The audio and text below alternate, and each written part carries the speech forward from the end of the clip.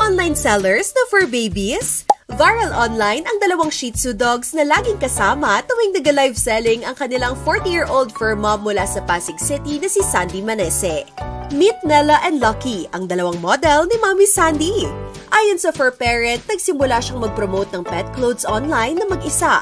Pero napansin niya na laging nanonood si Lucky. Naawa ko sa kanya, palagi ko na siyang pinapapasok sa room kasi nga ang tagal niyang manood sa akin. So sabi ng husband ko, isama mo na lang sa live. Since gusto niya kasi na nagsasalita ka, natitilig. And then nung sinama ko siya sa live last year, request yung mga audience na, ay, pasuot sa kanya, pa-fit. And nung binihisan ko siya, hindi naman siya nagre-reklamo, and hindi din siya umaalis. So doon nag-start na, kasali na siya sa live selling namin. Sunod na ring sumama si Nella na laging tulog habang nakatutok sa kamera. Kaya ang relax na fur baby, naging model ng pet pajamas at massagers. Pero kahit mukhang laging nag-overtime si Nella, sinisiguro naman ni Mommy Sandy na hindi sila napapagod sa live.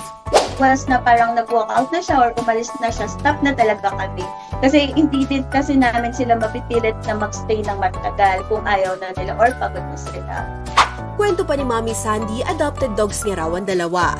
Siya ang second owner ni Nella, habang fourth owner naman siya ni Lucky. Dahil dito, ramdam daw niya ang pagiging sweet at clingy ng dalawa, na para bang sinisigurong siya na ang huling fur mommy nila. Gayunpaman, hindi naging madali ang pagkapaamo niya kina Nella at Lucky.